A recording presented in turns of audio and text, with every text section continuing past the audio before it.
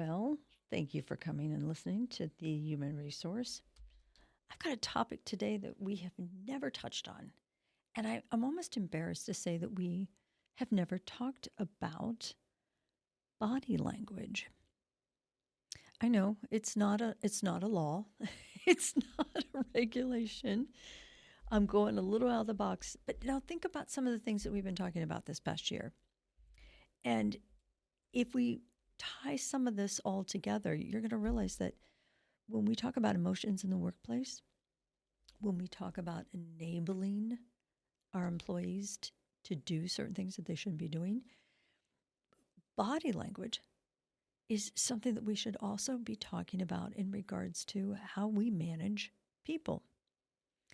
And I've got two books here. Again, you know how I just absolutely love reading, but Julius Fast wrote Body Language. And then I also have Alan and Barbara Pease, The Definitive Book of Body Language. And what's interesting about these two books is, and these are just two of my body language books, but they're entirely different in the way they approach this topic. But they gave me enough to think about that I put together 5 specific things I want you to start thinking about in this next year about how you communicate, how you engage, and then how do you lead and manage your teams through body language. So the first one I want you to think about, and again, what are we trying to do? We're trying to come up with ways to nurture and grow trust, develop and again, exhume confidence so that people will feel comfortable following us, listening to us, coming and confiding in us. But we also want to have a very positive and approachable demeanor so that people, again, will come and know to partner with us and feel comfortable doing so, whether it's an employee, a director, an owner. If we are exhuming our own body language, then we're starting with the very first part of this whole program. So the one I want you to consider first is space. And that is a part of body language. Where are you in relationship to the individuals that you work with? And I'm going to go as far as to say, where's your office space? Where are you positioned? When I walk into a company, I'm always looking to see, well, who's in the front of the building, who's in the back of the building, who's on the upper floors versus the lower floors. How often are those individuals coming out of their space? Are they walking into other people's space? Are they grouping together or are they talking on the phone? How are you utilizing space? Have you ever been in a group and you know exactly what's going to happen? That person's going to kind of hover on the outside, on the perimeter, and they may not stay in one place. They might just kind of shift and change. They're normally standing. And then you've got the other individual that's right up next to you. They may be leaning in on you. They're laughing and giggling. They want to be the center of attention. Think about what those two people are saying with their use of space. Think about where they sit in meetings. Have you walked into a room, a conference room or a meeting room, and been able to read the level of engagement or the level of interest of the people in that room just by where they sit? Now, it's inevitable when I give a presentation that I only end up with about 5 people in the front row and everybody else goes to row like 3, 4, and 5 or whatever it is. If it's an auditorium, they're all at the top and I only have just a handful down at the lower end.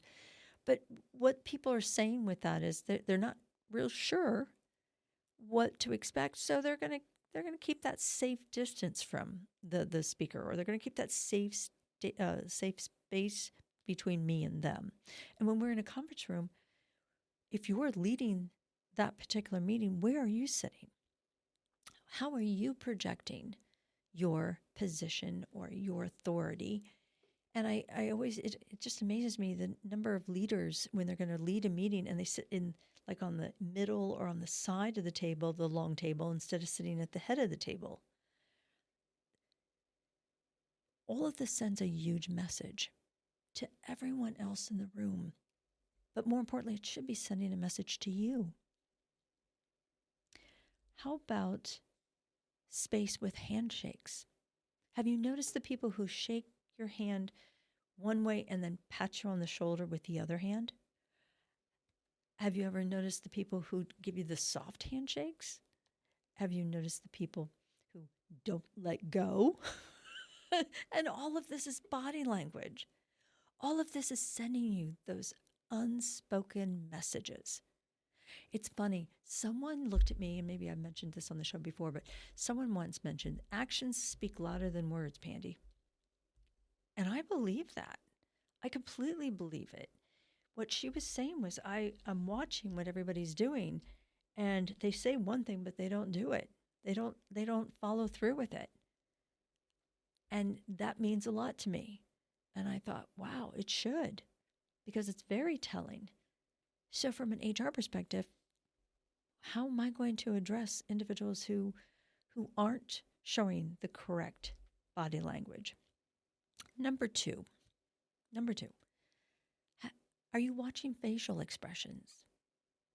And with that, I'm gonna tie in, and it really isn't a direct connection, but if you're watching facial expressions, are you also watching eye contact? I have a 4-year-old grandson, and I am teaching him now as a 4-year-old to give people eye contact, look them in the eye, shake their hand. It's wonderful to meet you, Mrs. Wheeler. It's wonderful to meet you, Mrs. Green. As a 4-year-old, that's very impressive, but do you know how many individuals we have in the workplace who can't do that? And what is that telling us? Are you doing that to them? Are you giving them eye contact? One of the biggest faux pas I have with leaders is they call somebody in for a one-on-one, and instead of sitting there and being present, they're sitting to the side, they're working on their computer, and they're staring off out the window or out the screen. What does that tell the employee? What is that? What message is that sending the employee in how your body language is telling them, yeah, you're here, but I'm not really here with you.